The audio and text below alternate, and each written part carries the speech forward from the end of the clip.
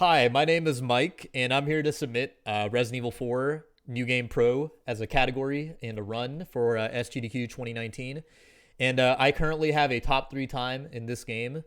And this was run before about a year or two ago by JTB, and I'd like to submit it again because it is a very interesting category. I'm running on keyboard and mouse compared to JTB, who played on a controller, which makes a bit of the run a bit different compared to how he did it. You're going to be seeing me do things a bit differently. Shots are going to be much faster. My menuing is going to be pretty fast at times.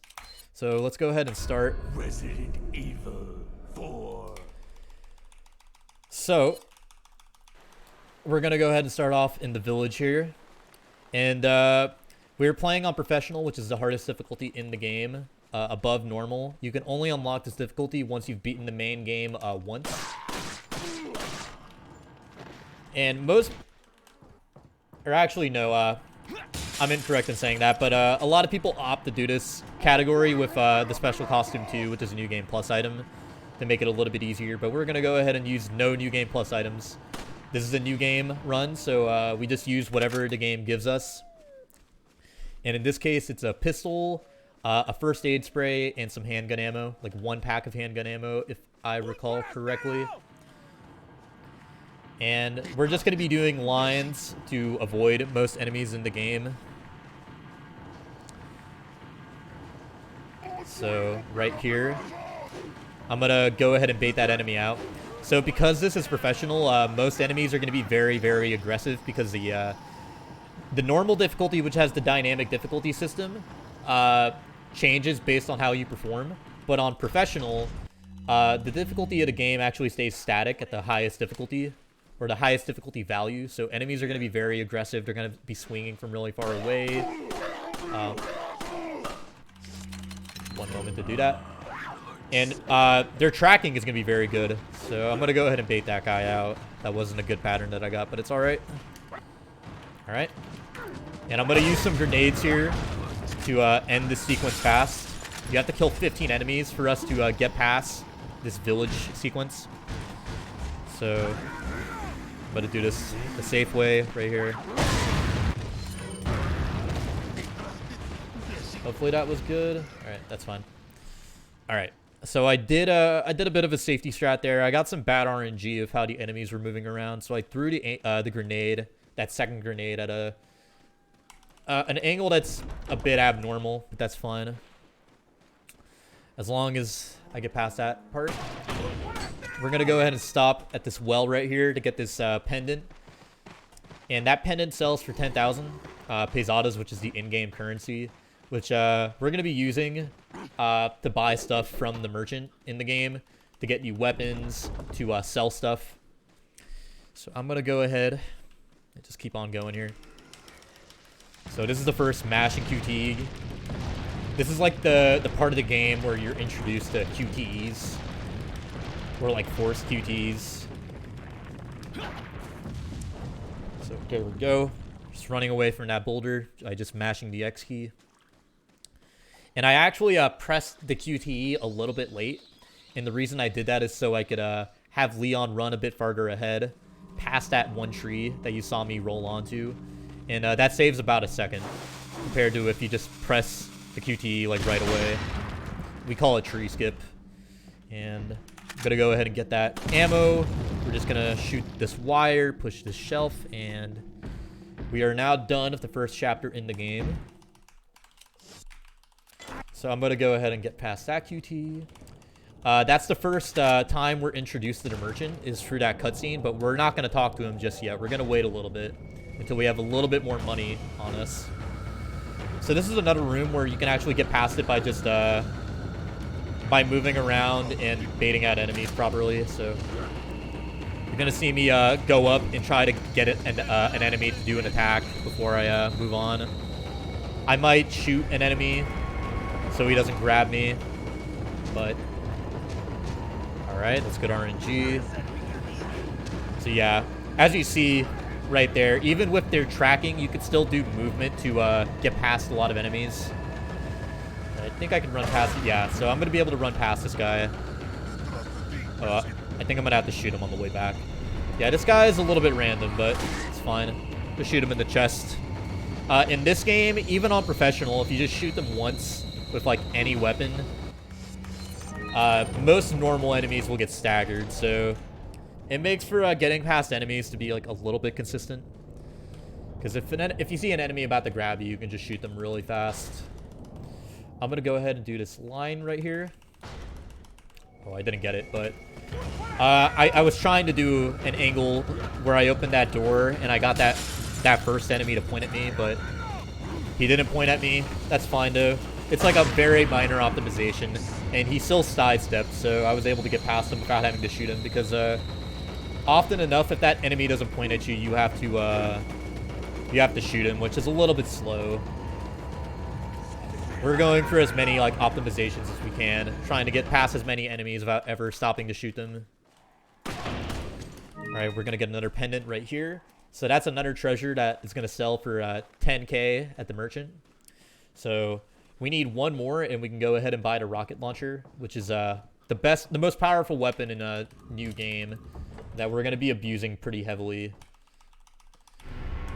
All right, so went ahead and got the key. And that is that chapter done. And as you can see, we're already a good way in the village.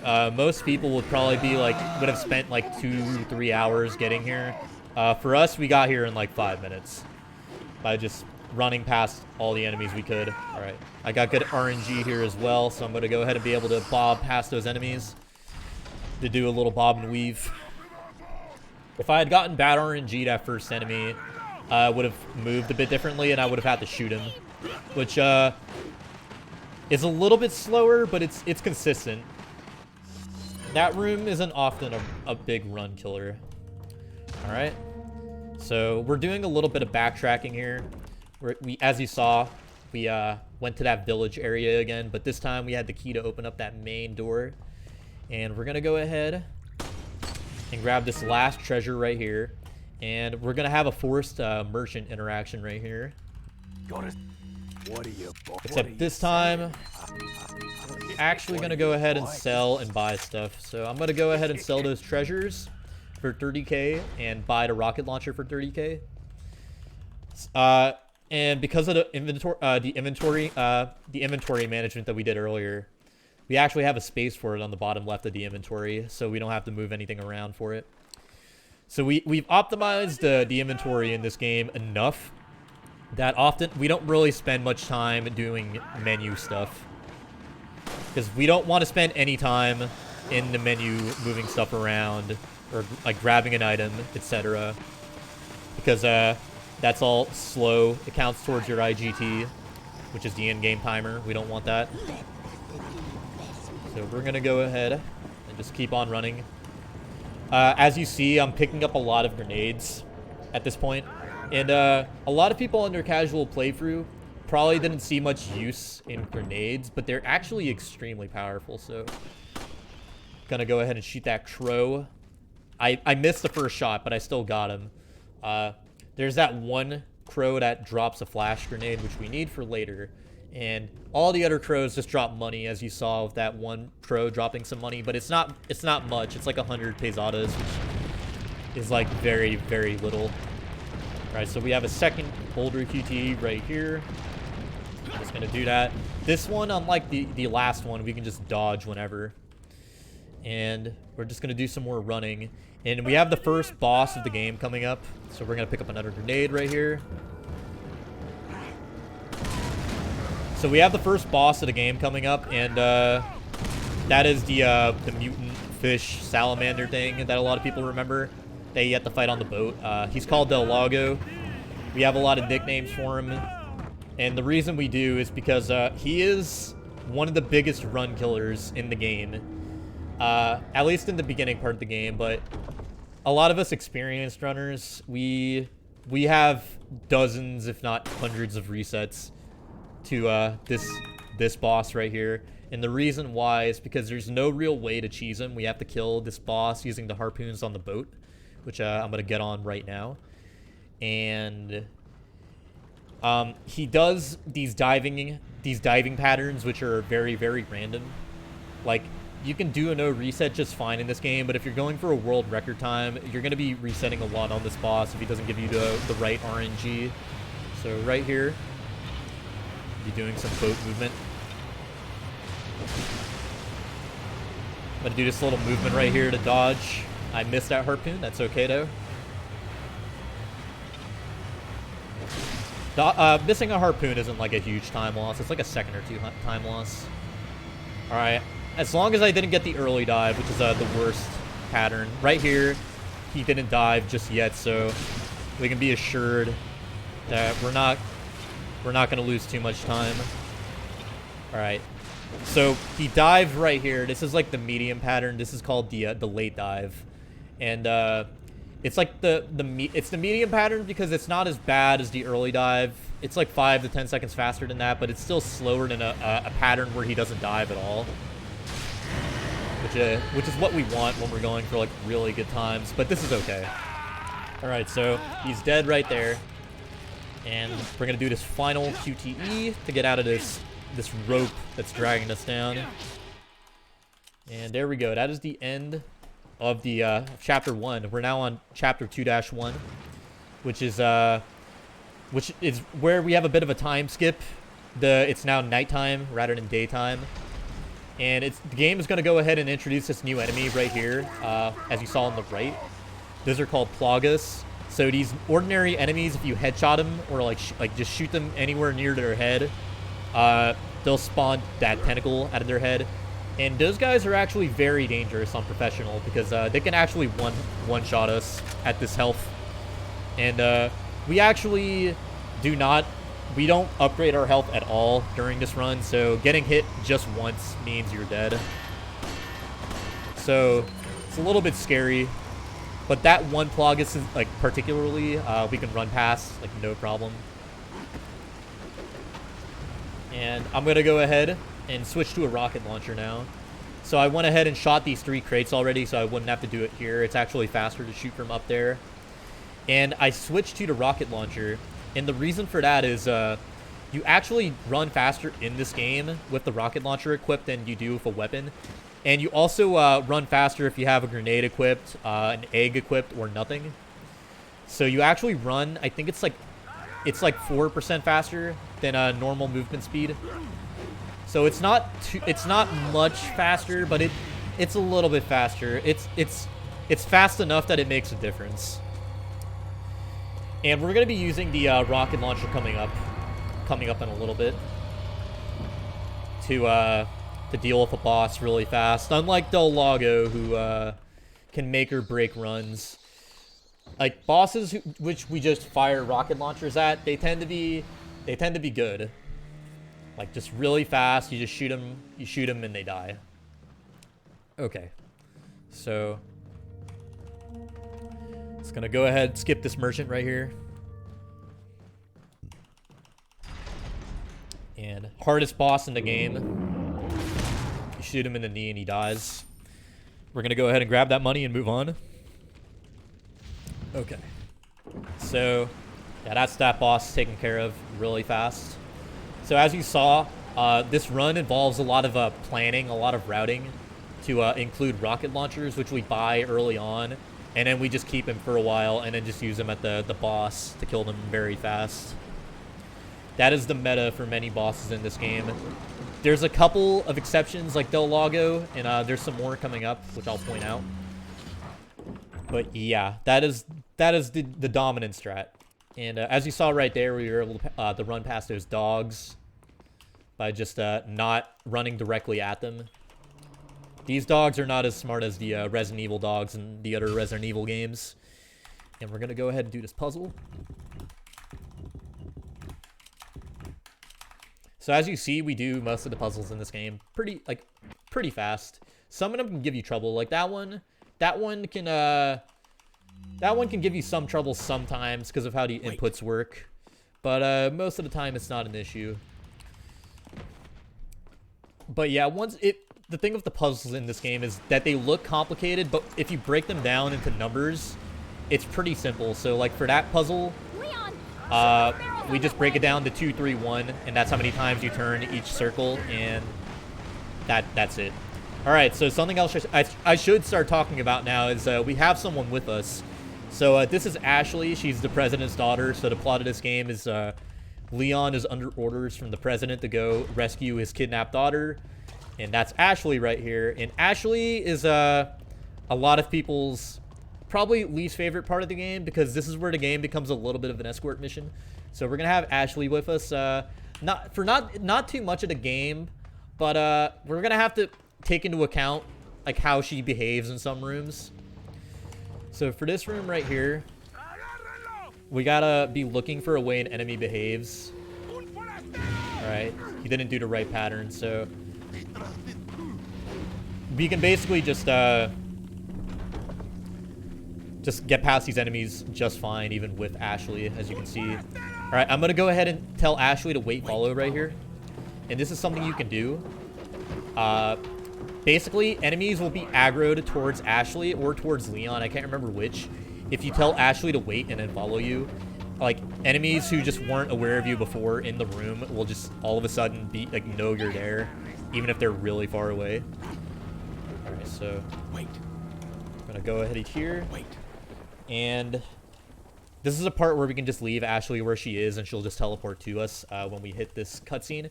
And this is the cabin, which is, arguably one of the most random parts of the run. Use this. But in a no reset, it's just fun. So, I got very good RNG right here. Lewis right here gave me a very, very good item.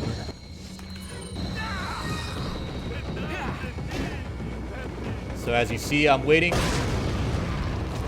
quite a bit before I throw that grenade. And as you can see, I'm basically just going to be using grenades to clear out these enemies really fast. So the way this area works is you have to kill 40 enemies here before you can advance to the next part of the game. Are you trying to kill me? So I'm just going to be using grenades to kill enemies very fast to get to that 40 mark faster. Got grabbed right there, but it's fine. Oh, that's not good.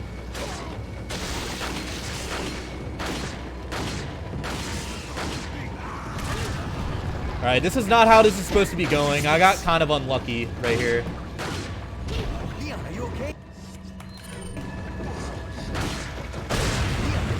Alright, let me do this part over. This is really bad.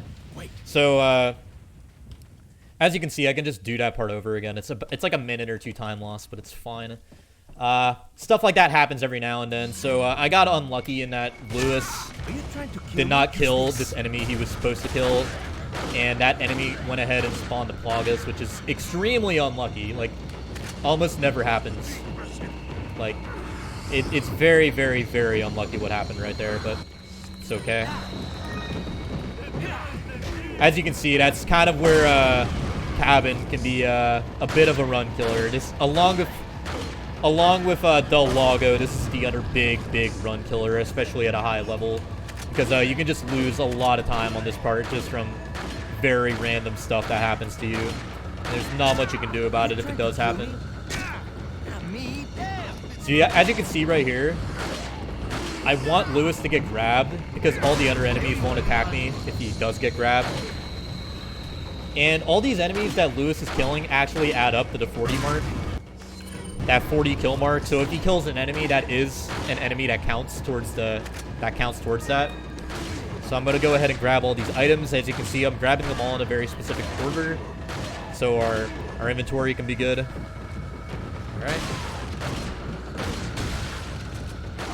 And now, after we throw all those grenades, we basically just wait up on top of the stairs here and just kill enemies until we get the 40 kills. This is where a lot of the time loss can happen, because enemies could just be very slow in coming up. Like right here, I'm just waiting a lot for them to come up.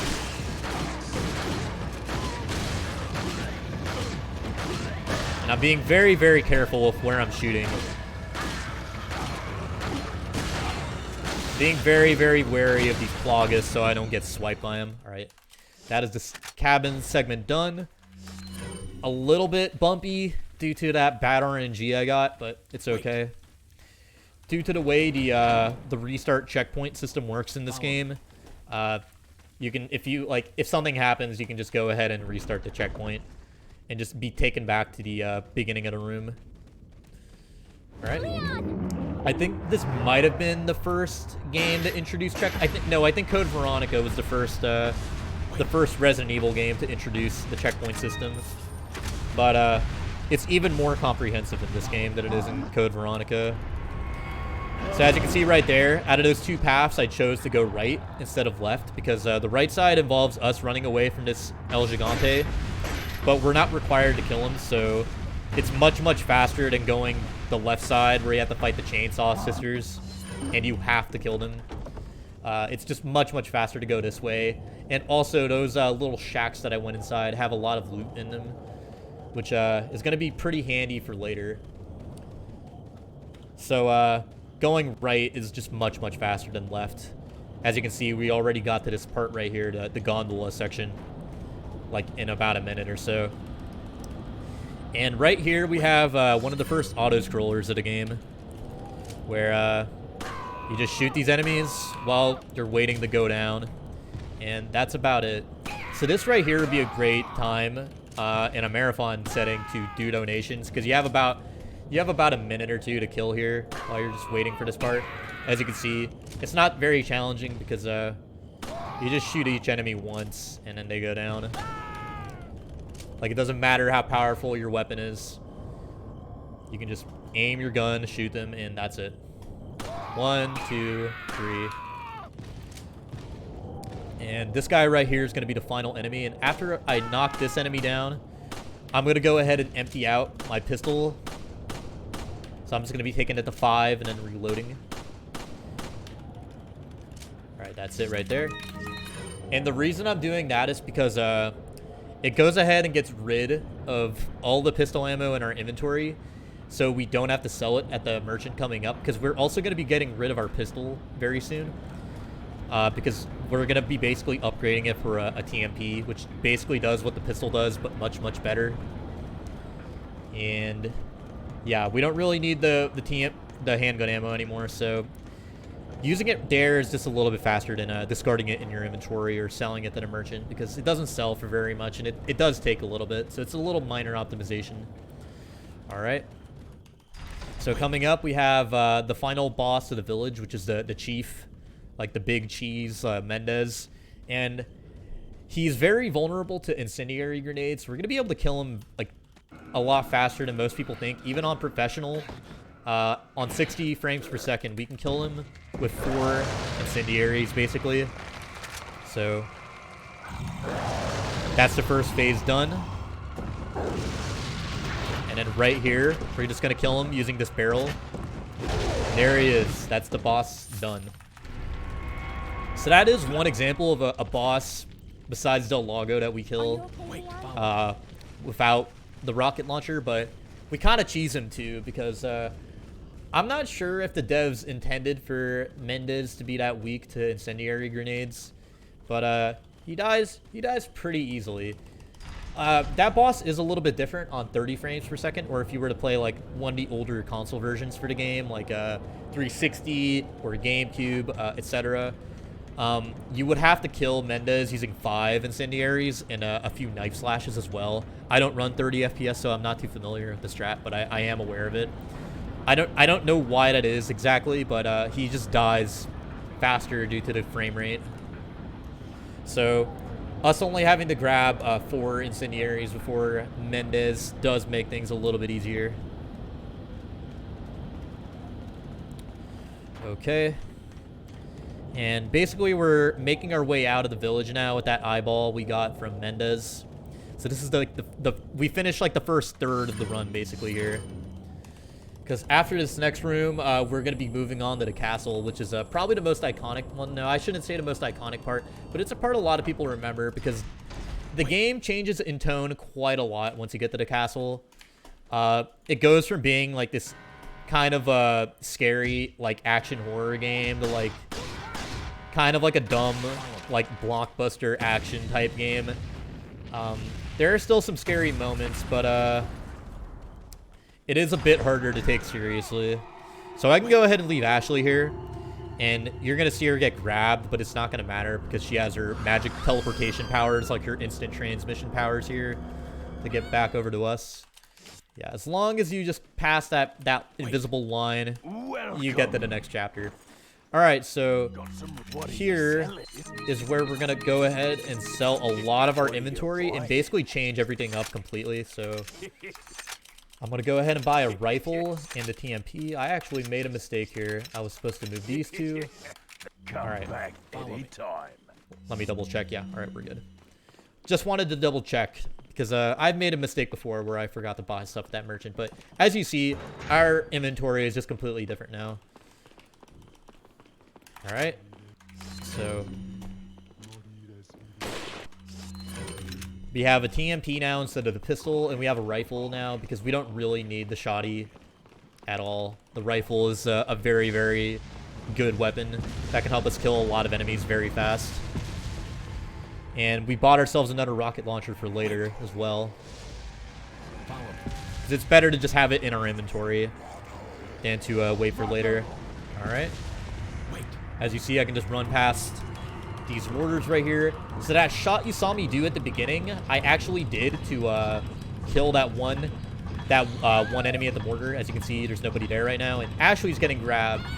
And we can go ahead and turn that crank without anyone bugging us. And even though Ashley did get grabbed, shooting that cannon actually makes all the enemies in the room despawn like instantly. So if Ashley was grabbed, she'll just run over back, like she'll run back over to you. So we can just like leave her there. All right, for this next room, we're gonna go ahead and tell Ashley to wait again. As you can see, I'm gonna start picking up a lot of money for later. So I'm gonna go ahead and grab that sword, go back in, and basically this puzzle just involves us swapping these two swords. Not very complicated. Put that in, and there we go. Okay. All right. So as you see, we still have a lot of strats to get past all these enemies just fine. We're using Ashley kind of strategically here, so enemies don't pay much attention to us, or so we aggro them in the right spots so they can do what we want them to do. And I'm basically just going to go ahead and wait, shoot this barrel. That'll kill all the enemies here. And I got lucky and an enemy dropped an herb. I'm going to go ahead and pick that up. Oh, Ashley didn't hold the door open. So I wanted Ashley to actually hold the door open for me, but that's okay. That's only like a second time loss. And yeah, just go in and out, in and out. And right here is where we're introduced to the second major antagonist in the game, which is Salazar. He's like the little guy who looks really old, but he's like really only 20. And he has like a very funny accent. Like I don't know how to pinpoint it exactly, but it is a little bit memorable. He's definitely one of the more memorable characters of the game. And basically he's introduced as like our new antagonist throughout the castle section. So right here, I'm going to go ahead and equip this rifle, use the key to open the door and break that barrel. So we're all doing this a bit optimally. And here we have the first mini boss of castle, which is the Garrador. He's the blind dude. I actually made a mistake here. I'm gonna play this a little bit safe. So I actually did make a mistake there. I don't ordinarily make that mistake, but it's just fine. We can just go ahead and reset checkpoint right there. This is how you're supposed to do this boss.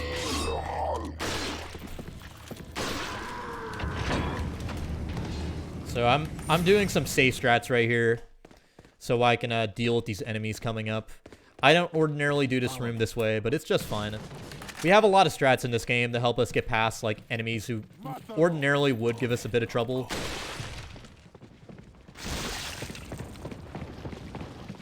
So this one enemy in front of us is basically programmed to run in front of us and like not grab us. So we can just go ahead and run alongside him there. And here we have what is maybe the most notorious room in the game, which is the water hall. A lot of people will remember this room as being like one of the hardest in the game, the one they spent like hours and hours resetting on. And it's pretty hard in the speedrun as well. This is like another major reset point. With these strats I have in mind, though, we should be fine. We can basically just use our TMP to just deal with all these enemies who get in our way. As you see, I can just shoot them once with the TMP, and that's how good it is in the run. You just shoot an enemy once with the TMP, and they get staggered, which allows us to run past them.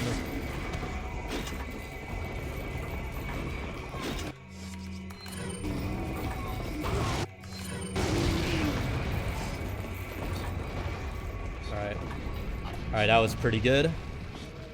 So, I'm not explaining much here, but I'm doing some very precise movement right here to dodge these enemies. And using the TMP to basically brute force my way through the room. And then I'm just going to go ahead, get Ashley to point at this crank, like she's pointing at. And we're going to go ahead and reset checkpoint right here. And the reason for doing that is it actually goes ahead and despawns all the enemies that were previously in the room. So now we have way less enemies to worry about. That crowd that was following us is gone. And right here we have another auto-scroller where basically we just got to protect Ashley while she turns these cranks. And I'm going to be doing some elite sniping right here to deal with them.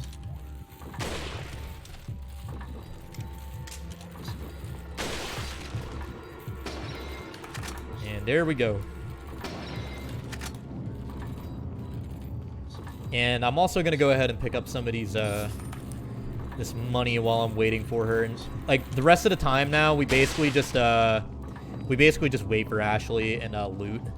So, as you see, I'm going to go ahead and, grab a lot of items here. I'm going to kill this enemy right here. And then I'm going to use my last shot in my rifle to go ahead and shoot this one running enemy right here. You don't even have to kill him. As long as I shoot that one enemy who is running, he'll get up and start walking, which is what I want him to do so he doesn't bug Ashley. And now Ashley is going to be just fine. She'll be able to go ahead and turn those cranks without worrying about anything. I'm going to run down here and grab this grenade. It's always in that pot. Grab some more money. As you see, I'm getting a lot of money, which is actually very good RNG because it is random if it drops or not. And we need all that money for later to help buy some additional rocket launchers without having to do some backups to sell some items. There's always a first aid in that vase, so we go ahead and break that just for safety later on. You technically don't need that first aid, but it is very nice to have. And now we just catch Ashley. We got back just in time. And there we go. So now that we have Ashley again, we're just going to go ahead and just run to the exit now. So this second part is much easier than the first part. It's much more relaxed. It's usually a pleasant moment because you know, like if you were on a good paced run and you got to that second part, you know, like, okay, I got past El Lago, I got past Cabin, I got past Waterhall. Like, we're on good pace right here. And yeah, that is the first chapter of Castle done. That is actually one of the longest chapters as well. And here we're going to go ahead and be introduced to what are the most dreaded enemy in the game, which are these invisible bug enemies. They're called Novistadors. Us in the community call them Novies. And these guys are basically the RE4 speedrunners like mortal nemesis. These guys are extremely unpredictable and random. I'm going to be doing some movement here, as well as some camera movement to help dodge these enemies. So, as you guys can see, I'm turning my camera to the side sometimes, and what that does is it actually manipulates the Novistadors into doing a swipe attack rather than grabbing me, which is something they can do, or kicking me. Because the swipe is very easy to dodge, and it has a lot of ending lag, which is good for us. Alright, that is a very scary part right there, but we're doing fine. Alright, that's pretty good. That was a good room. Okay, so very good Novistadors 1. We often refer to this room as the first layer of hell, and there's going to be 2 more rooms of Novistadors coming up. And we call them basically, they're basically the 3 layers of hell. And we just got past the first one, and that was pretty good, so I'm feeling pretty good about this.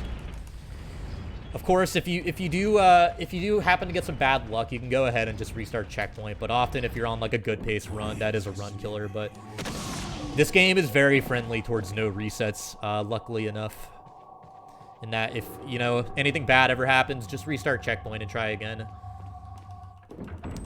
Okay, so we're gonna go ahead and use a flash to get past those enemies without instigating a cutscene, without triggering the cutscene of them pointing at us and running away. It saves about 3 seconds for us to do that. And right here, I'm just gonna keep running past these enemies. I'm basically gonna be using the flash grenade, or the flash grenades that we have to help deal with these mob of enemies. I'm gonna be using another one right here. The flash is actually probably the most overpowered grenade in the game, because we can just use it to just completely, like, handicap these enemies right here so they can't do anything towards us. And I'm going to use some rifle shots to kill that enemy right there before he can get on the turret, which is something that happens if you don't kill that red zealot fast enough. But using the rifle, we can basically just kill him by stun locking him in place. We're going to grab that key. I did get some bad RNG here. That enemy right there normally doesn't, ordinarily doesn't drop down. That's okay, though. We can just do that. That one enemy I shot will always die in one hit if he got hit by the barrel. So, getting past him is pretty consistent, fortunately enough. And here we go. Here's another, what is, in my opinion, a very random room in the game. And this is the gallery section. And basically, we're just dealing with... This room is just a mess. There's, like, enemies coming out of everywhere. There's these enemies hiding in the walls, shooting rocket launchers at us. So we actually got some interesting RNG here. We got early archers, which ordinarily doesn't happen. And these enemies right here.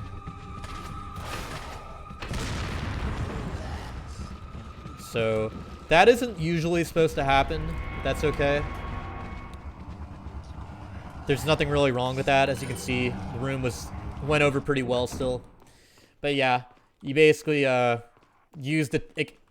Most rooms from like till like the end of the game that involve a lot of enemies basically just involves us using the TMP to just stagger, stun them, knock them to the floor, so we can just get past them. Because the TMPs, while it may not be too powerful for the casual player, is very, very, very effective in the speedrun.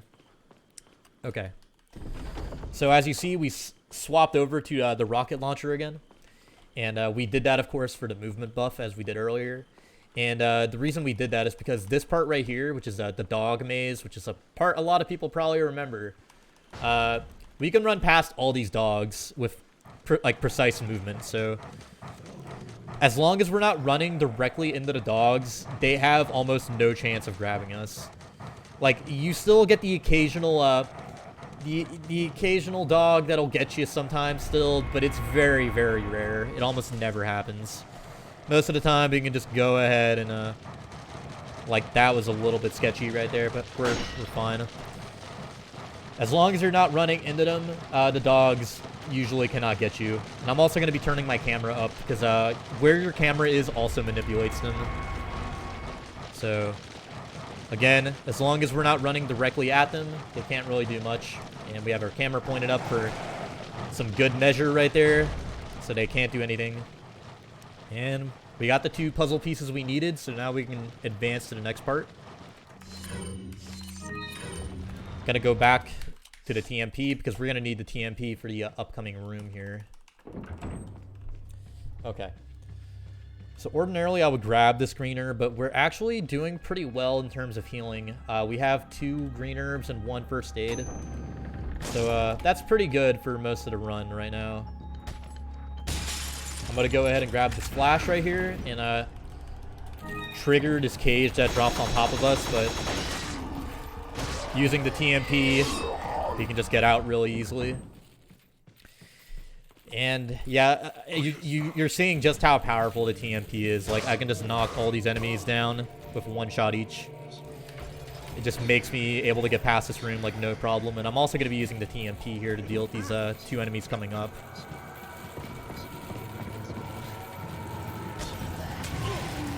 I went ahead and got hit by that lamp on purpose. And the reason for that is because I started the reload animation before it fell. And by it damaging me, it basically canceled me out of the animation and gave me a fast reload. Alright. So we're back with Ashley, and we got to rescue her. So we're going to go ahead and use the rifle to just deal with all these enemies right here. We got some pretty good RNG right there. So This room can be a little bit faster based on what death animation you get on that one enemy right there. I got a fast death animation, which is good, because that means Ashley is going to start moving faster, which makes the room as a whole a little bit faster. The door's locked. I can't open it. All right. Gonna knock that enemy down, and I basically used that grenade and threw it in a very precise angle so I could kill all the enemies at once. And by me shooting that red zealot, I was able to kill him with the grenade, because ordinarily the grenade alone wouldn't be able to kill him. All right, and with that part done, we are now playing as Ashley. This is part of like what is kind of a tradition in most Resident Evil games, where you play as a different character for a little bit. You know, you'll be playing as one character for most of the time, but then the game will just swap it up and make you play as another character for like one section. And this is that part for RE4. We play as Ashley right here, and we don't have any weapons. So these enemies right here are pretty dangerous to us because we can't really do much to deal with them. All right, a little bit sketchy right there because he was very aggro towards me, but that's fine. All right. And I was able to run past him still, though. Even on professional, we were able to open that up fast enough. All right, so for this part right here, you're basically just running around doing these puzzles as Ashley. Ordinarily, this would be a good part also to read donations because it's pretty uneventful. There's not too much to talk about. Like, whenever I'm watching VODs for this game, I tend to skip over this part. Just because it's pretty much the same every single time. As you saw right there, as you can turn all the puzzle pieces for that puzzle either clockwise or counterclockwise in their starting position, and it'll basically always solve the puzzle for you. We choose to do it counterclockwise because it is a little bit faster to do it counterclockwise. And right there, even though we had 4 knights like get up and start attacking us, we can just run past them all.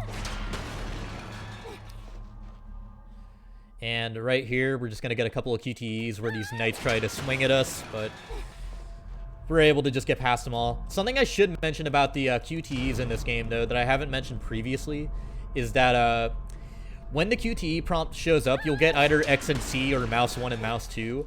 And the game doesn't actually detect if you press the wrong one. Like, it doesn't fail you for pressing the wrong one. So what you can do is you can actually just mash both possible QTE combinations. So I can just mash X and C and mouse 1 and mouse 2, and it'll always let me do the QTE without fail. I know it's not possible to do that on some of the older versions of the game, which have a bit more input lag, like the GameCube version, for example. But on Steam, with 60 FPS, it is possible for us to just mash all the QTEs and just get past them. All right, so we're done with Ashley. And we're now on Chapter 4. So this is like kind of like supposed to be the second half of the castle section. Wait here. So we're gonna go ahead and go into like what is definitely one of the wackiest parts of the run, which is this lava room, because like, how do you fit this into a castle? Why is there lava inside a castle, you know? And this part is also a bit of an auto-scroller because of this carousel in the middle here. And we're just going to use the rifle to deal with these enemies. I went ahead and picked up that money because more money is always good. And just using the rifle to knock down that one breathing lava ship thing. I don't know what you call them exactly. And there we have the final piece of this chimera piece we've been trying to assemble throughout the run. And like, basically the entire first half of the castle is us like just getting those pieces. So we got the first piece as Leon in the gallery section. We got the second piece as Ashley in her section. And we got the final piece right there. So now we can go ahead and get past that chimera wall that's in our way. Some a bit of RE4 community lore is that I know for a long time there has been a bounty to get like to find a skip to get past that Chimera wall, because if we did find a way to, like, if we did have like a hypothetical Chimera wall skip, then we would be able to skip about like 20 minutes of the game. It would be huge, but as far as we know, it doesn't exist. So I'm gonna go ahead and input all of those, and here we go. We are now going to the second part of the castle. And as you can see, I'm just running around at the TMP because we're going to be using it a lot in the next room. And it's not worth going into the inventory to actually switch to another weapon, because all the time you do spend in the inventory does count towards your final time, which is something we try to minimize, of course. All right, here we have this other puzzle right here that we're going to do with Ashley. And this one's pretty simple. Though Ashley can be a bit of a troll here sometimes. Ashley will sometimes do this thing where, like, she like turns around and, like, all of a sudden this like weight press will like go up. It happens every now and then. It's kind of uncommon, but it does happen. And it's very frustrating when it does happen. Ashley, we have a bit of a meme in the community that, like, Ashley will always try to find a way to sabotage the run. She's basically, like, working against, like, Leon to, like, find some way to sabotage the run, and that's, like, one of the ways she can do it, even though it doesn't cost you that much time. Alright. So we went ahead and grabbed that chessboard and dealt with those two enemies who were, for some reason, in the wall with that drill. And we're going to switch ahead to our rifle here, because we're going to need it in this next room. I'm going to grab that yellow herb. And despite what it looks, I'm actually not going to be using that yellow herb on myself. Because on a good run, you wouldn't need to upgrade your health at all. It is, like, kind of nice to have, like, one upgrade to your health on the run, but it's not required. And I'm going to go ahead and sell that to the merchant later, which is going to help us out with our money situation. So I'm going to go ahead and do one shot each for these knights. I'm going to use a flash to kill the Plagas that pops out, because Plagas do die instantly to flashes in this game. Alright. I'm going to reload my rifle here. And we're basically just using one rifle shot each to deal with these knights. Alright, I got unlucky here. That's something that doesn't happen often. Where that enemy, you shoot them in the head, and the Plagas doesn't come out. That's kind of unlucky. That is like a little bug in the game. That can happen every now and then. But it's not a big deal if it does happen. It is a time loss, but it's not like the biggest time loss. It's not going to kill your run or anything. It's just frustrating when it does happen. Alright, so we're done at that room. We're going to grab this flash right here. And here's where I'm going to abuse Ashley a little bit to deal with these enemies. I'm going to aggro them all early so I can go ahead and just run past all of them. And insert both these grails to unlock this door. And that's that room done. And right now, if you remember those enemies from earlier, the Novistadors, they're going to make a comeback here. And they have a new feature, which is they're able to fly, which actually makes them much more dangerous. As you can see right there, I almost got grabbed. This is arguably the most random room in the entire game. I know I've called a lot of rooms, like, you know, the most random in the game, but this one really is, though. This room is pretty bad.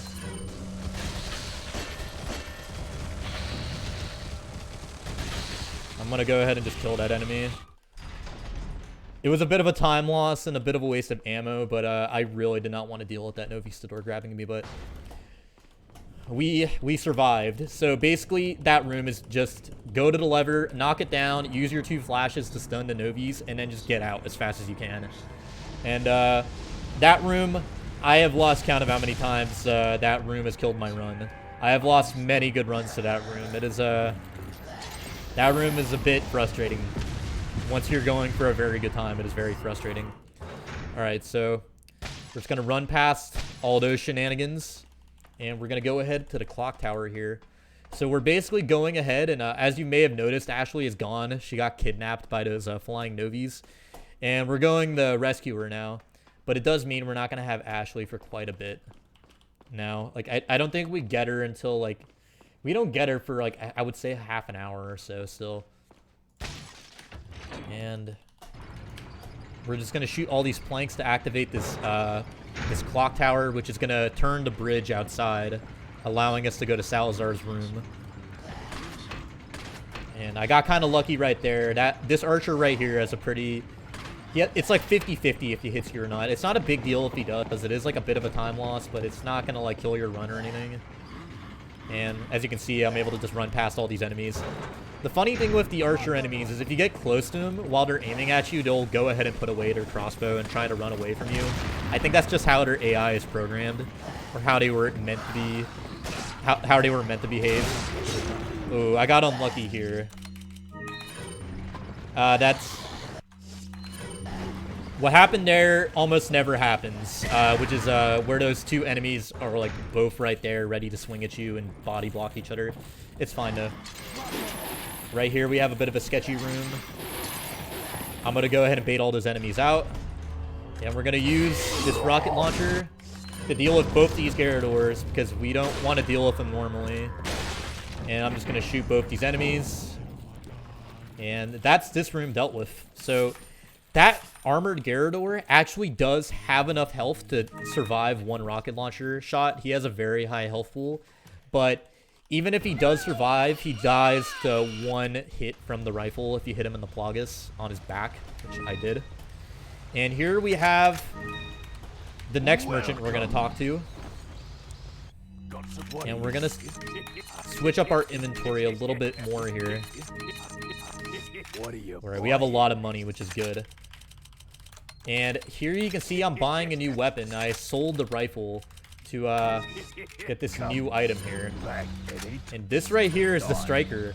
And it basically unlocks what is the most important glitch in the game. It's definitely the glitch that's most well known, but it is definitely the most important one in the game. And that is the Ditman glitch. A lot of people may know it as the striker glitch. But basically, if I go into my inventory, equip the striker, aim it, and then switch to another weapon before the laser pops out, Leon will actually switch to that weapon with 1.5 times movement speed. So you run like 50% faster with this glitch activated. So with... Alright, I made a bit of a mistake right there. I think this will be fine though.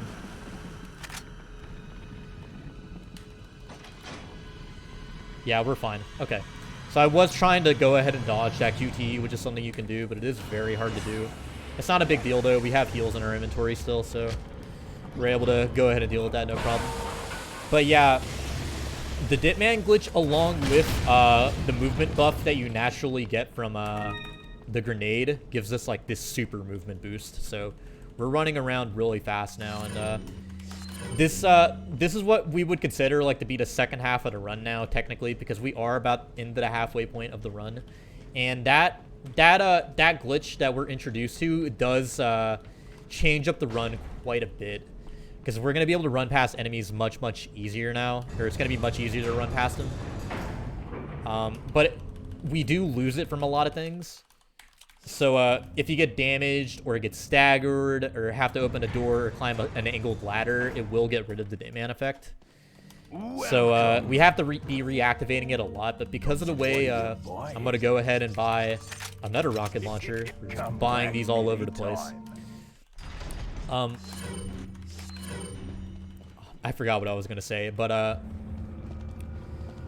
we're going to be, because of the way the Steam version works with the inventory loads being so fast, we can basically just go into our inventory and equip the striker to do Ditman like really fast each time we need to. And it is faster most of the time than like not doing Ditman. So for safety, I'm going to go ahead and pick up this heal right here, because I did have to use one of my main heals for that hit I took at Verdugo, which is that one boss in the sewer. And right here we have our first out of bounds of the game. So because of Ditman and how fast we run, we can actually go down the zip line before it resets itself, and that allows us to go out of bounds in this room. So I'm gonna go ahead and be just launched out here. And by doing this glitch right here, I'm actually able to skip the boss that you would normally have to fight, which is the two El Gigantes. So with that glitch, we can just go ahead and skip all of that. And right here we have the final room with no Vista doors. Novice 3, we call it the third layer of hell. And this is another very random room. A lot of good runs lost to this room. It's a pretty major run killer. But you kind of just learn to accept it. Alright. I think that was good. Yeah. Alright, nice. So as you see, I'm going to be abusing the camera turn trick to be avoiding these enemies. And also using some flashes to deal with them. I'm going to use the striker to get rid of that crowd right there, because you can kill them all with one striker hit. And with that, by turning my camera, I'm able to normally get past these enemies. There's a lot of them. Oh boy. Ooh. As you can see, as long as the enemy is not flying, as long as the Novistador is not flying, I'm able to get past him just fine. Alright. And I'm actually able to skip past these falling pillars, which you would normally have to like wait for with this glitch, which is pretty nice. And right here we have the end of the room. Okay. So we're almost at the end of the castle. We have what is perhaps the most major out of bounds in the game, like the biggest glitch in the game coming up. So I'm going to go ahead and dip man again here. And this is where the game actually reintroduces these villagers, because in lore, this is supposed to be like the mining area where like the villagers were forced to work at, where they all got infected by the Las Plagas, which is the virus that they're all infected with. So it is kind of a clever decision on Capcom's part, because they knew, okay, we're going to change the settings a little bit. We're not going to tell anybody, but like lore-wise, this is where like all the villagers would be, even though you're past the village. Alright, so we're able to run past all those enemies thanks to Ditman. And I'm actually going to use the grenade here to do a little trick. I'm going to go ahead and throw this grenade to blow out this door in advance, so I don't have to open it later.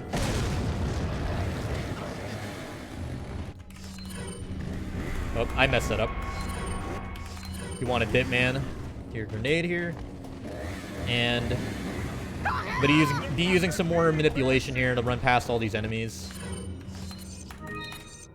I'm going to go ahead and equip those crown pieces, which I've been picking up throughout the run.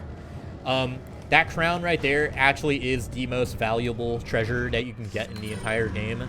It sells for 50k pesadas, which is quite a lot. And we're going to need that for later to help afford everything we're going to buy. Alright, that was a pretty good section right there. And right here we have the Minecart section. And as you're going to see right here, I'm going to go ahead and drop down at this precise angle right here. And that allows us to go out of bounds right here. And due to that, I can now just go ahead and run to the end of the section without doing the minecart like the traditional way. This is, I think this skip saves about, I think it's 2 minutes. I could be wrong about it, how much time it saves. It's between 1.5 minutes and 2 minutes, I think. But yeah, this is a very, very important skip. When we found out about this skip, basically everybody had to redo their runs, and like basically everybody's PBs and world records just became obsolete. So normally this would be another good place to do donation incentives, or just donations in general, because you're basically just running towards the end. Like there's no enemies you got to deal with. I'm also going to go ahead and grab my gamepad. So even though I am playing with the keyboard and mouse, I am going to switch to gamepad for 2 parts. And the 2 parts I'm going to switch to are one part to do a specific puzzle, and another part to do a specific glitch that you can only do on keyboard or on gamepad that you can't do on keyboard and mouse. So I switch over for one room to do the glitch really fast, and then I switch back to keyboard and mouse. Alright, so we basically just clip back and bounce here, grab this final treasure, and with that, we're out of here. Okay. And we're just going to run over to this little lift right here. And we're going to be taking back to the castle now. So that was our little detour into the mines. Okay. So coming up is probably, this room is pretty difficult. But it's also difficult because not only because of like how many enemies you got to deal with and stuff, but also because it has the hardest QTE in the entire game, at least on 60 FPS. So I'm gonna go ahead and be shooting the wall right here to manipulate some enemies correctly. So this enemy right here, I can go ahead and bait out an attack from him. Jump onto this elevator. And just use the TMP to deal with everybody. Reload right here. As you can see, with the TMP, we can basically make this room kind of trivial by just doing correct movements. It is very hard to do precisely, though. And now is the QTE where we run away from this giant, like, I don't know how big it is, statue. But this is, as you can see, where the game becomes even wackier. We don't know why this statue is here. I don't know what the devs were thinking when they added this. Having a couple too many drinks, probably. But yeah. This is the hardest. Give me 1 second here.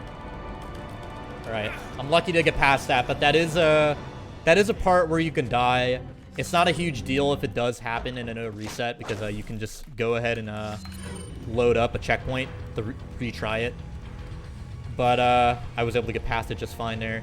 And the reason that QTE is so scary is because on 60 FPS, the way the QTEs work is just like very buggy. The game is kind of expecting you to do like double the amount of inputs that you normally would have to do on a 30 FPS, which I'm pretty sure was not dev intended, but I don't know if they were able to fix that or not when they were developing this port.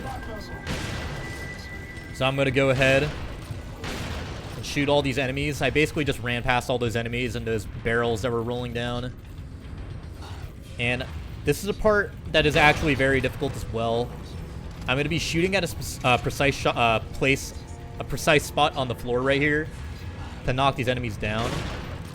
Alright, I got good RNG too at the enemy spawns, which I can tell based on like the audio. So I'm just going to be knocking these enemies down one by one.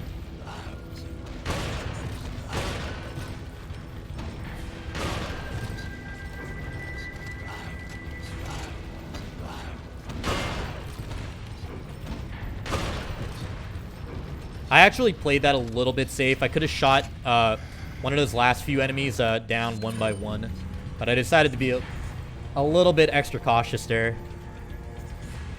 Despite what it looks like, that part requires a lot of concentration. It is a very, very... it is one of the hardest parts of the run, in my opinion.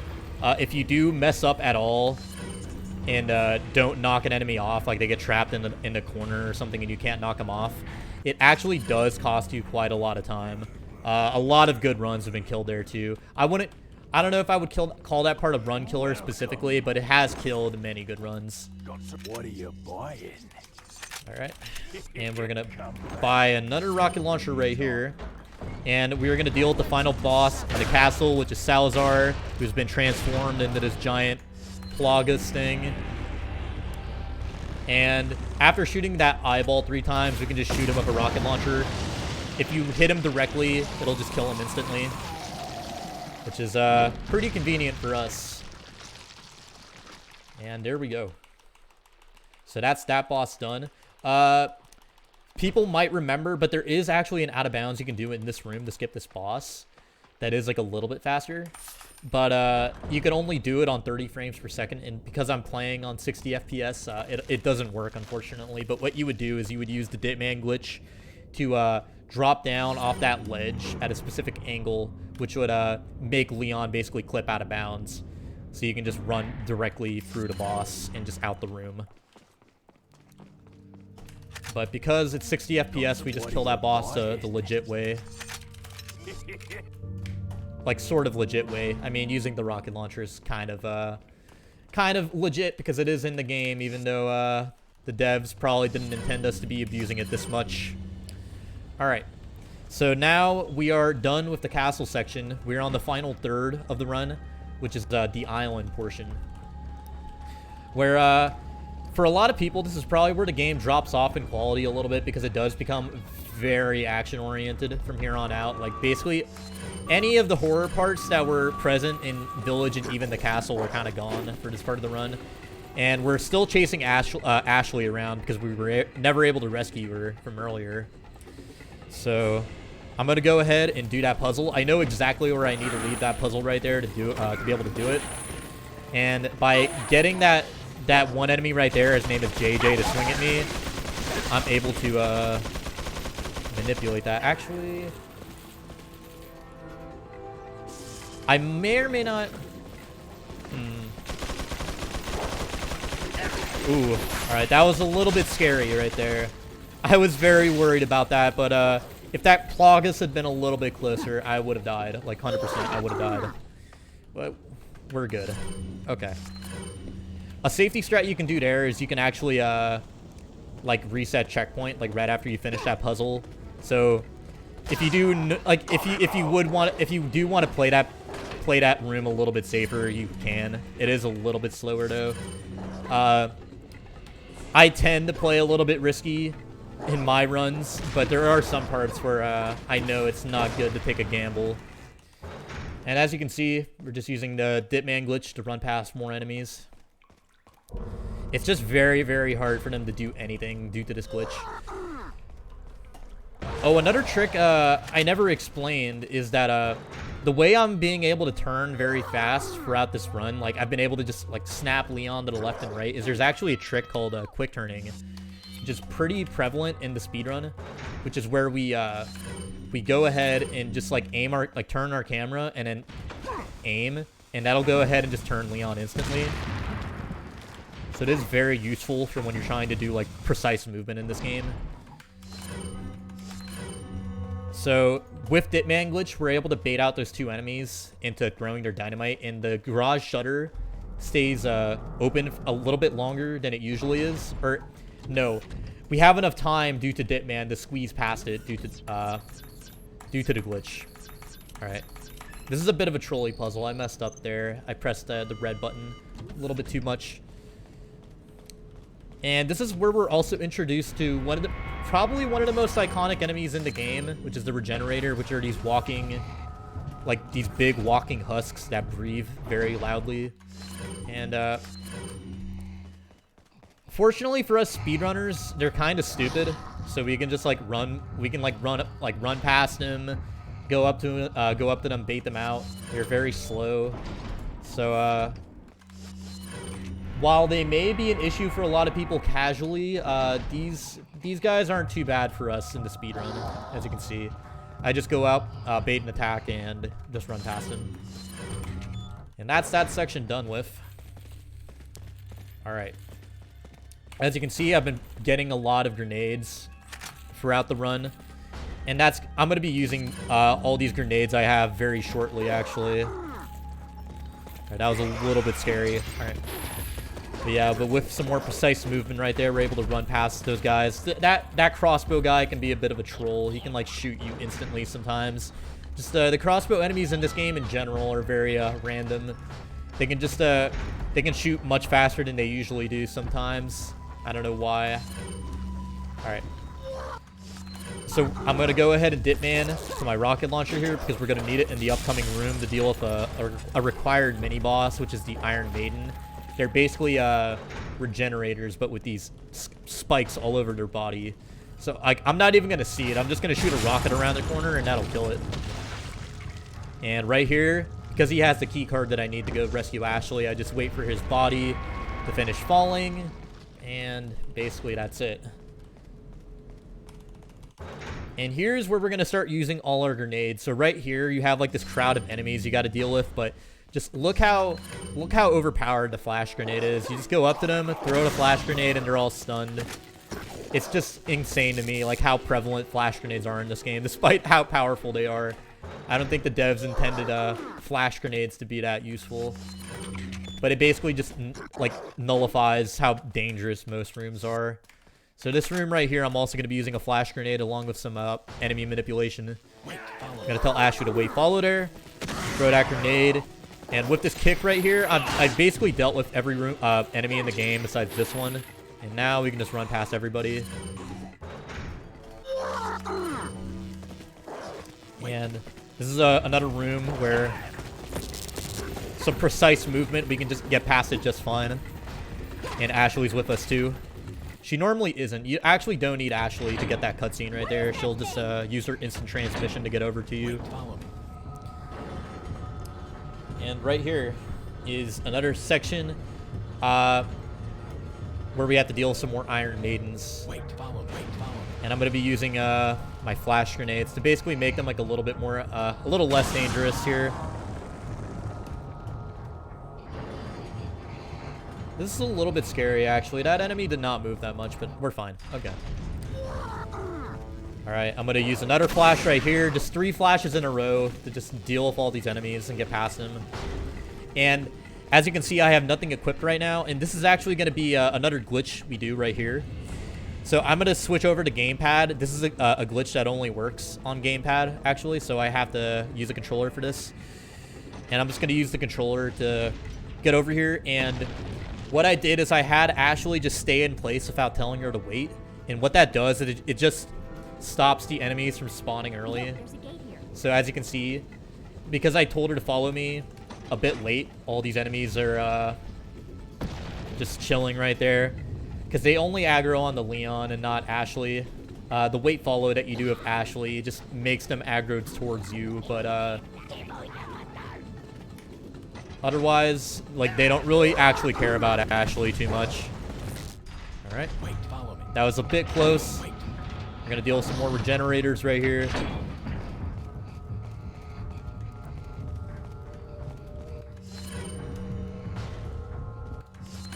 So, this is an interesting part. I'm going to have to do this little trick called Stutter Stepping right here to do this room. I'm basically going to bait out this enemy, and then I'm going to, like, kind of mash my run button while I'm going to the left of him, and that'll cause Ashley to be right behind me, even though I have Ditman. And with that, that's that room done. We used to not do Ditman in that room, but Leave it to me, it did make the room a little bit faster, so we did recently start using it there. And here we have the longest auto-scroller in the game, which is the truck section. So as you can see, Ashley somehow knows how to drive now. We don't know how. I'm pretty sure she doesn't have a license for heavy machinery, but here she is. And what we're going to be doing right now is we're just going to be standing on the back section of this truck that's slowly moving and just dealing with these enemies.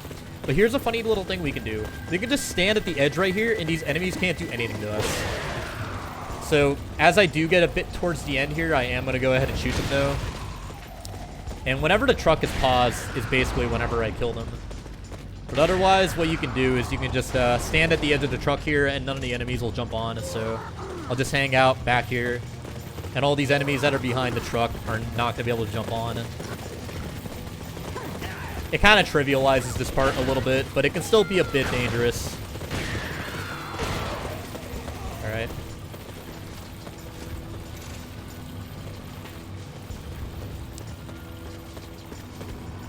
So as you can see, all those enemies are going to form a truck. We don't know where this truck comes from. It just forms out of nowhere. And we're just going to shoot it down. And all those enemies, for some reason, that were following me, basically de-aggroed off me. Or, like, lost aggro and just stay there. But they're still technically considered to be in bounds. So that does cause a few less enemies to spawn during this part. That is like a little, like, minor optimization you can do in this room. And we just keep shooting this truck down until it's down. And now we're at, like, the halfway point of the auto-scroller. So normally this would be another point where you can do a lot of donations because the truck section doesn't have too much going on. So there is a part right here where I do have to drop down. And basically that'll allow us, or what we have to do is we have to go hit this switch so to activate the elevator that makes the truck go up. I got pretty lucky right there how those enemies responded to me, actually. That was very lucky. Okay. I'm going to go ahead and manipulate this enemy into grabbing me. And then I'm just going to use my striker and my knife to kill these two so I don't have to deal with them while I'm waiting for the truck. And we just wait a bit more. So this second part, this second part of the auto-scroller, this is like the second half of it, it can be a little bit dangerous because now what the game does is it introduces enemies being able to spawn Plagas. And due to how like little room you have to like navigate the enemies, it is very dangerous if like an enemy Plagas does get on the truck and like basically you can't get them off. It's pretty scary. So I'm gonna go ahead and just shoot those enemies preemptively before they can even drop down. And if you shoot an enemy up high enough like that, it'll actually just instantly kill them. So right here, I'm just gonna be shooting these enemies right here before they even get the chance to drop down, and that'll instantly kill them. As you can see right here, that is the first Plagas.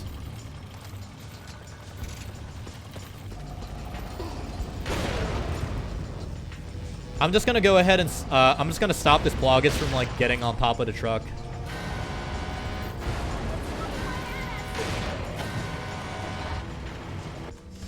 I'm gonna play this one safe and use my TMP here. I would ordinarily use the striker there, but I was if you don't shoot that truck in time with the striker, you will die and you basically lose like 2 to 3 minutes. So want to be safe there. Using the TMP is like a bit of a safety strat. Alright. Welcome. So we're going to stop at the merchant, and we're going to go ahead and buy another, you guessed it, another rocket launcher for the upcoming bosses that we're going to have to fight. And we lost Ashley again. So we're not going to have Ashley now until like the final parts of the game. If you think, like I was saying this earlier, but if you think about it, like if you do think about it, you don't have Ashley for very long with you. She's only around for like, I want to say like 30% of the game.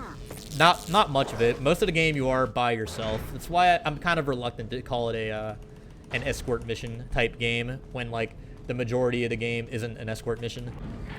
All right, and now we have the longest unskippable cutscene in the game. This is like I think it's 2 or 3 minutes long. This is like a giant cutscene that you can't skip. And you have to do all these QTEs that this guy gives you. His name is Krauser. He's like this old partner of Leon's that we didn't even know about until this game.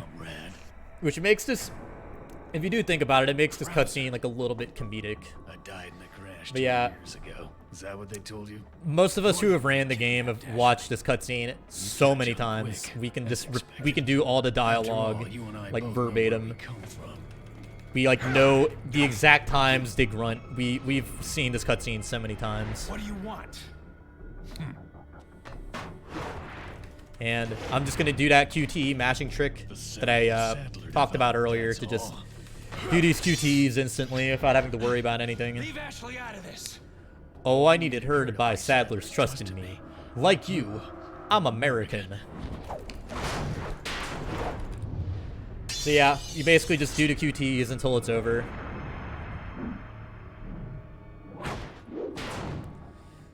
So this is also another place to do some donations. Because there's not much going on. This part is actually pretty hard though on the GameCube version. Because like I said, because of the input lag in that game, it does make it so you have to be pretty precise with the QTEs. Unlike this, in this version of the game is very, very lenient. You can just mash whatever and it'll work. Umbrella's sake. Umbrella. This part right here where it switches buttons in the middle of the QTE is another one where you can kind of cheese it. I can just press X and C at the same time, so even though it switches between X and C, it doesn't matter at all. It is pretty funny how like the majority of the QTEs in this game have been kind of like trivialized. The only ones that are any real danger are the mashing ones, and even then, only the mashing QTEs that can kill you. You may be able to prolong your life, but it's not like you can escape your inevitable death, is it?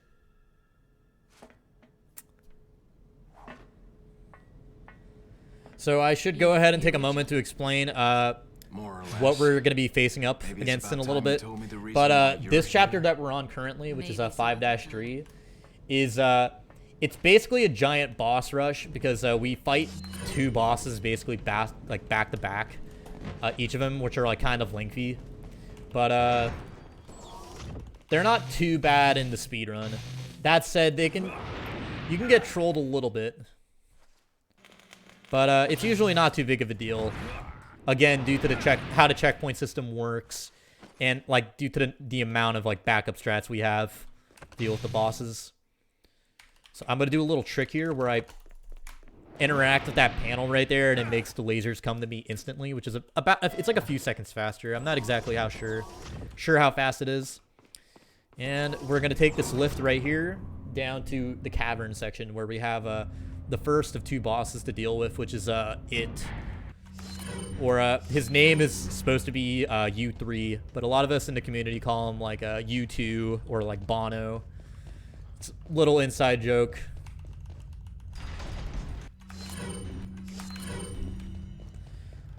So as you can see, we're doing pretty good on heal still, but I am going to grab a lot more for some of the upcoming sections. So as soon as I get past this point right here, I'm going to trigger the boss. So it starts right away. And I'm just going to be using Ditman to run past him. I got a bit of a rare pattern here. He doesn't ordinarily do this. But due to Ditman, even though he gives you that QTE where he tries to grab you from the ceiling, you're running around like too fast that he usually can't do anything. And a little bit of a safety strat here. You can shoot him. And the striker, like, even though it is most important for giving us the Ditman glitch, actually is a very powerful shotgun. So it can just go ahead and like trivialize the boss in this part right here. So I'm going to throw a grenade right there, and that lets me skip this entire cart basically by unlocking that door from the other side. Like, you aren't supposed to be able to do that. What the devs intended you to do was to like take this tunnel to go like to the opposite side and to shoot the light from there. But we're speedrunners. We like to go fast, so we like to unlock that door the fast way. And we're just going to use a rocket launcher, and that's not going to kill him, so with 1 knife slash after we shoot him, that'll go ahead and kill him. And that's that boss taken care of. And as you can see, I'm always picking up the money after I kill these bosses because they do drop a lot of money. Like, you were like the devs expected you to like have gone through most of your ammo and stuff after bosses, so they tend to all give you like a lot of money to deal with that, so you can just like upgrade your weapons after you kill them. But for us, we just need them to buy more rocket launchers, because the rocket launcher, as you can tell right now, is like very important for dealing with a lot of these guys and to make the run fast. So right here, we're gonna have our final merchant stop. Welcome. Basically the last time we're ever gonna talk to him. What are you selling? I'm going to go ahead and sell that crown we got earlier and the TMP because we no longer need it. And we're going to go ahead and buy ourselves a Magnum, which is the Killer 7. I made a mistake right there. I wasn't supposed to open my inventory, but that's okay. All right. So coming up, we have the second boss of the 2, which is Krauser himself. I made a mistake right there. It's fine, though. I wanted to combine those 2 herbs for a little bit of inventory management. And the boss is going to trigger right here. And we're just going to be doing some precise movement to be able to dodge everything he like shoots at us. And also, we can use the knife to do a lot of damage to him because he is extremely weak to the knife. A lot of people in their casual playthroughs probably figured that out. But the knife does about like the damage equivalent of a Magnum towards him, so the knife is extremely strong against this boss.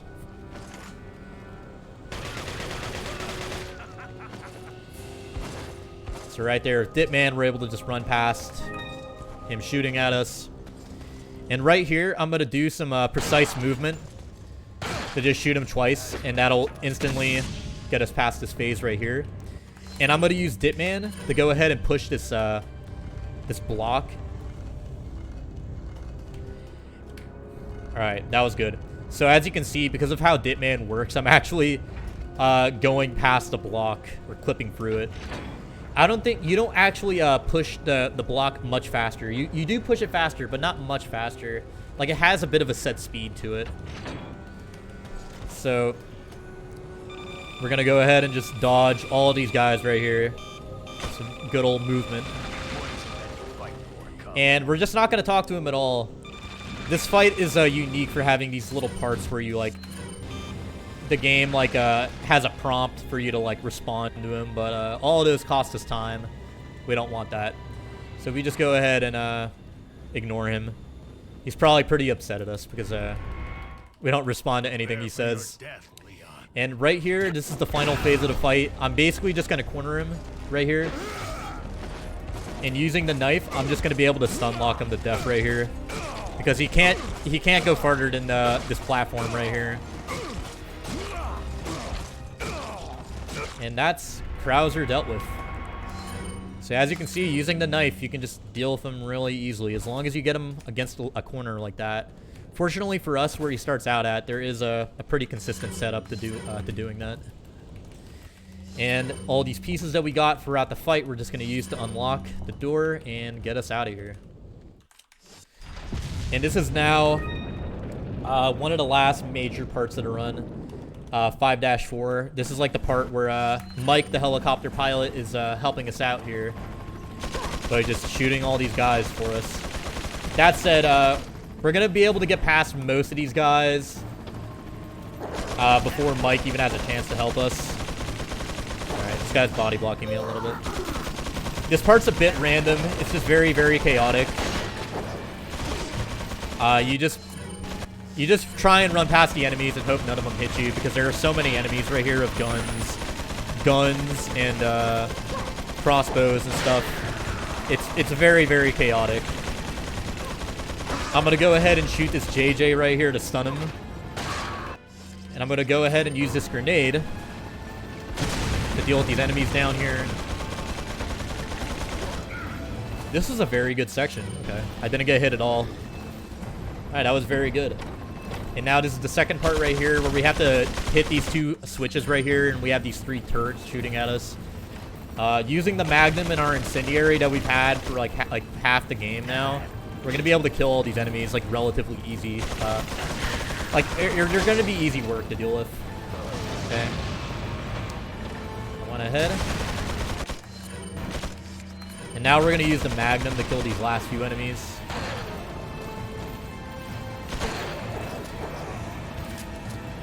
Oh, I don't think I've seen that happen before. Okay, that was interesting. But yeah, Ditman actually does speed up. Hey, that's unlucky. That's not a huge deal, though. So I'm just going to go ahead and run past all these enemies. This is like pretty bad luck that I got. That enemy wasn't supposed to be there, but it's alright, though. Using the Magnum, we can just deal with most of them. Oh, you're not supposed to be there. Alright, interesting. I'm gonna go ahead and reload that for safety, but yeah, that was a bit chaotic towards the end there. That one enemy who grabbed me is almost never there usually. So, yeah. But we're fine, though.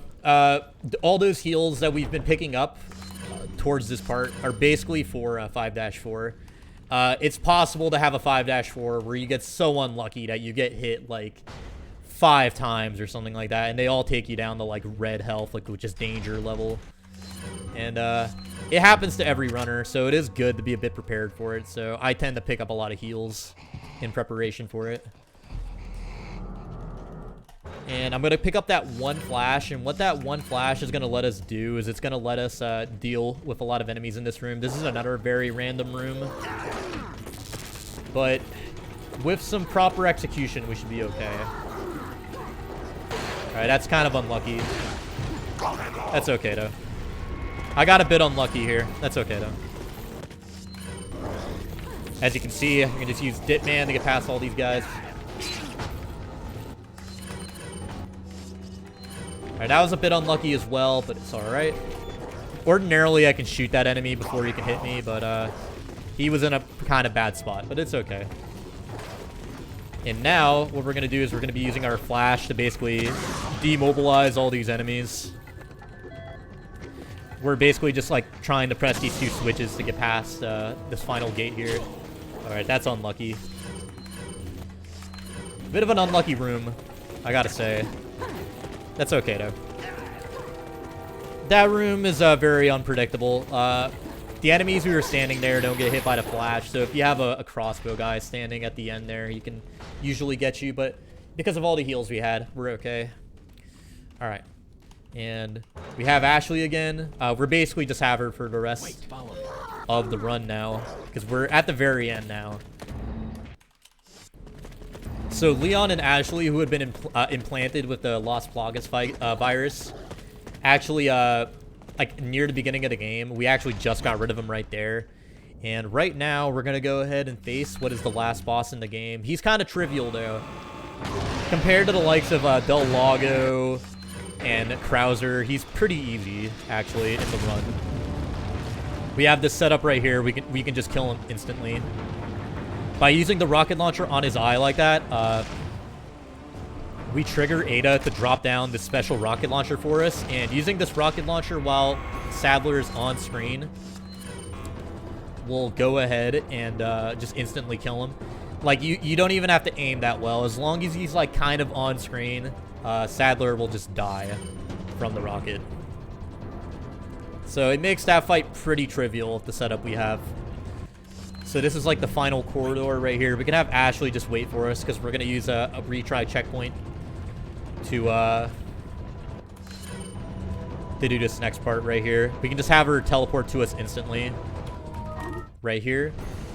And using a final little trick, we can go ahead and get the best glitch in the game. Hang on, sweetheart. Kind of our little payback towards Ashley, where we just leave her behind.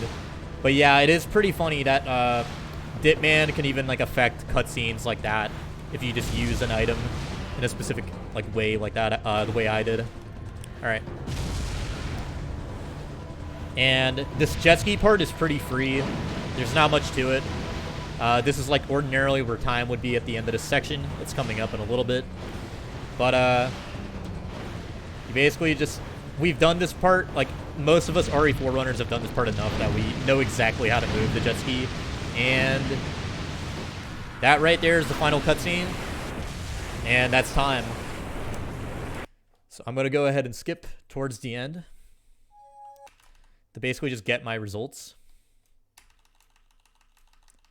Because this game does use an in-game timer, even though we found out that the in-game timer is not very accurate. All right. So what did we get?